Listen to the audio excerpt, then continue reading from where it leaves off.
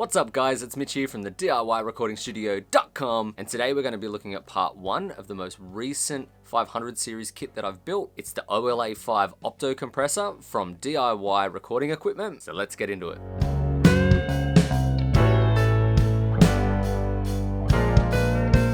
So welcome back to the channel, and if you're new, please don't forget to hit like and subscribe. And today is going to be part 1 of the build for the OLA5 Opto Compressor. So if you're not familiar with what an opto compressor is, they're a compressor that uses an LED light paired with a light sensitive resistor to compress an audio signal. And it's quite an ingenious idea. It creates a very natural, non-linear type of compression. And the most famous types of these compressors are the LA2A, originally built by Teletronics and now owned by Universal Audio, and obviously the LA3A as well. And then there's also the lesser known and sometimes less popular LA4. Now Perterson Goodwyn from DIYRE has rebuilt the topology of the LA4 and very cleverly recognized that it has quite a great opto circuit, just some bad IC chips. And so he's found a better way to rebuild this LA4 to make it a much more usable compressor. It's going to be an exciting build, so I hope you enjoy it, but that's enough from me. Let's get into it.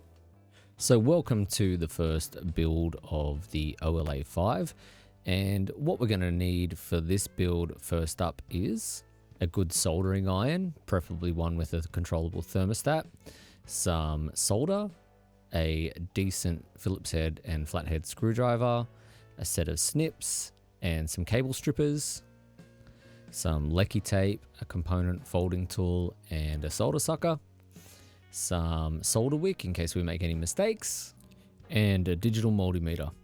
And then the last few things you might want to get in place are your documentation. So there's the assembly guide, the component sorting list, and then DIYRE have taken this build even further and given an interactive build map. And I've got to say, this is taking DIY building to another level, really. It basically allows you to tick off what components you have placed in the board and then visually see where they belong as well. So traditionally, you might be doing this within a PDF and using the Command F function to find where a part belongs, but this very quickly shows you where each part needs to go. So corresponding to each bag, they've sorted out the build process, and you can pretty much entirely do a lot of the build just off this build map. But then you can also, if there's some trickier parts, refer back to the build guide. But it makes the build so much easier and quicker, and I've really got to give them props for coming up with this idea. It just makes it very DIY friendly. So if this was your first kit, I couldn't recommend it enough because it just makes it really, really easy to complete. And then basically what you want to do first for this build is find the main bag of components and find bag 0, which has the main PCB, and then sort through the other components until you find bag 1, which will have all the first stage of resistors and the sub bags 1, 2, and 3.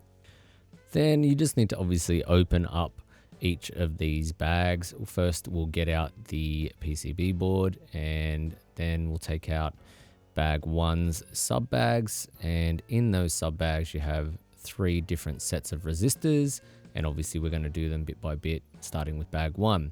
And you just want to use the sorting sheet and a multimeter and sort through each of those resistors according to their values, so that'll make it easier when placing them in the PCB board.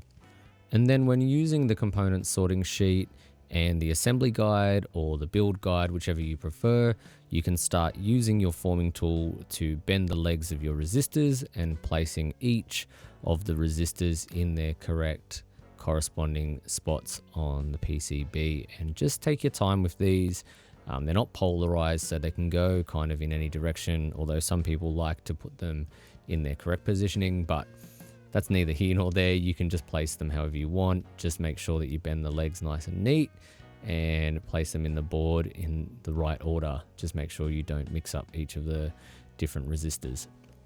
And then once you've placed all the first bag of resistors, you can go ahead and flip the board, and then it's time to solder. And if this is your first time doing a kit like this, the best advice I can give you is to take your time and make sure that you hold the soldering iron in place on each of the pins until the solder melts in nice and neatly. And just make sure that you start at the easiest to get to pins on the PCB board, and then solder the ones you can get to, and then snip them, and then get to the rest of the legs. If you're having trouble getting to one of the certain legs on the board while you're trying to solder it, then just leave them and get to the ones you can first. And then, yes, as I said, snip them and then move on to the next ones. And then it's basically just rinse and repeat for bag 2 and bag 3. You just need to sort through their relative components on the sorting sheet, and then you can place them in the board and just do the exact same thing. Use your forming tool to bend the components neatly into the board and bend the legs so they stay in place, and then flip the board and start soldering them, and solder each leg that you can get to, and then snip them as you go, and eventually you'll have all your resistors nice and neat and in place on the board. And then at R45 and R46, there's 2 of these final resistors to go in the board that need to be vertically stacked, which means you need to bend one of the legs over the top of the resistor, and I typically use a small screwdriver to do this, and then bend the leg over the screwdriver to get a nice neat bend without potentially damaging the resistor. And what you want to do with these vertically stacked resistors is make sure the longer leg, the one that isn't bent over the actual resistor, sits on the board in the little circle part, and then the bent over leg goes into the other connector for the PCB board. And then last but not least, we're going to use a spare component leg to join 2 of the terminals at R2. And basically we're not putting an actual resistor in place here, but they've left a space because apparently you can use this later on to adjust the amount of limit ratio when you use the limiter setting on the compressor later on. So that's pretty cool and a good sort of forethought from Perterson Goodwyn. And once that's done, you'll have all the resistors in place and hopefully everything's nice and neat. And it's just a good time to check that all your connections so far are all nice and neat and soldered to the board correctly before we move on to the next stage. And then next up, we have to place the IC sockets and headers. So same deal as with the resistors. You want to go through and just sort out the components, even though there's not too many of them. It just makes it easier. And then you want to place each of them individually on the motherboard, and they recommend that you use some tape to hold them in place as you solder the first joint, and then go ahead, if it's mounted correctly and positioned correctly on the board, then go ahead and solder the rest of the component legs. What I tend to do now is just kind of hold the component in place and solder the leg in place while holding it without burning my hands in any way.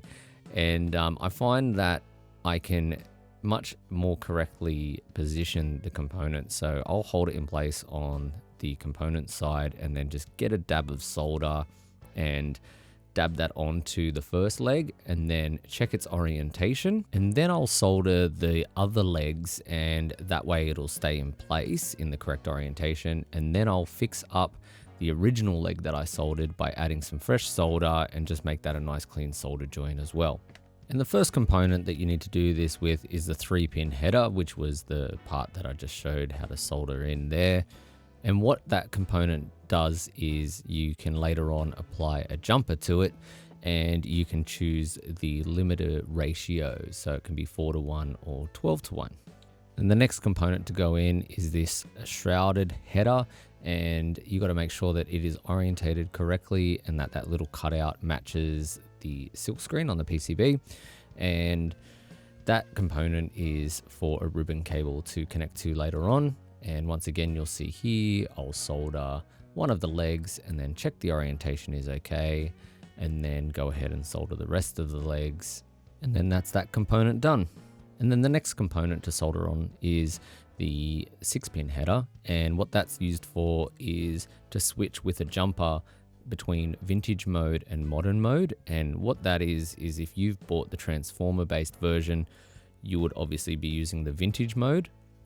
But with the jumper, you can still access the modern mode without the transformer. So the transformerless mode by just switching that jumper back to modern mode. And that's another cool little implementation. It'd be great to have a switch for this on the front panel, but in 500 series it gets tricky with space, so I can see why they've opted to do this on the circuit board instead. And as you can see, I've done the same thing again, just held the component in place, solder one of the legs, and then check the orientation, solder the remaining legs, and then fix up the original leg. And then once you've soldered those in place, you can go ahead and snip the legs and make sure they're nice and neat and flush against the PCB. And then once you've done those, it's time to solder in the 4 different IC sockets. There's 3 sockets that are 8-pin sockets, and then 1 longer socket that's a 14-pin socket. And these will hold the IC chips, and usually you don't put them in until the build is almost complete, because you don't want any static coming into contact with the IC chips, because it can potentially damage them. So you do the sockets now, and then much later on, usually at the end of the build, you put the ICs in then. And then once those sockets are done, you've just got to place the jumpers on the headers that we soldered in earlier. And what I did was select the 4:1 ratio for the 3-pin header. There's a 4:1 and a 12:1 for the limiter, but I selected 4:1. And then obviously knowing that I'm going to be going with the vintage circuit, I opted for the vintage circuit as my starting point. But later on, if I want to check out the modern circuit, I can always swap these jumpers on the 6-pin header. And then what you'll see on the 6-pin header is I actually didn't do these correctly, so don't do what I did. I put one on vintage and one on modern. I wasn't sure how to orientate these correctly, and yeah, just don't do that. They should be both on the same alignment, whether you choose vintage or modern. So don't do what I did. Later on, I do correct those jumpers, so don't worry. But if you do that, like what I did there, you're not going to get any signal. And then once you've finished that, it's time to move over to bag 3, which has the small capacitors, LEDs, and fuses. And these are all put into sub bags. And you just want to go and use the sorting sheet to sort out all these components as usual. And then the first components to go in the board are CB1 all the way up to CB8. And these 8 components are just some small capacitors. And these capacitors aren't polarized or anything, so you can just place them in the board however's easiest and bend the legs. And then there's these 2 self-reset fuses that need to go in the board at the bottom right of the board there. And then those aren't polarized either. But then we've got these 2 LEDs that need to go in the board, and they are polarized as always. So you want to make sure that you put the longer leg in the hole marked as a plus, because the longer leg is the positive leg. So make sure that you get these orientated correctly, because LEDs are diodes and diodes are polarized. So just be very, very careful that you get the orientation on these correct. And then once you've got all the components in the board, you can go through, and what I do is typically solder 1 leg of each of these components, and then I check the orientation of the components and shift them if I need to move them. You can either bend them in place more correctly, or sometimes it makes sense to actually hold the component and push it through the board a bit more, just whatever it takes to get the orientation of these smaller capacitors and LEDs and stuff in place nice and neat on the board. And then once they're in place neat, I solder the second leg, and then you can go ahead and snip the legs. And the last component to go in the board is this yellow 100K array resistor. And I just did the same thing as always, soldered one of the legs in place, checked the orientation, soldered the rest of the legs, and then gave them a snip. And once that sub bag is done, that is the first part of the board finished. So we'll leave it there today. I hope you enjoyed the build. I'll see you in the next video. So I hope you enjoyed part 1 for the build for the OLA5 Opto Compressor from DIYRE. If you haven't already, please hit like and subscribe. I'm Mitch from thediyrecordingstudio.com, and I'll catch you soon.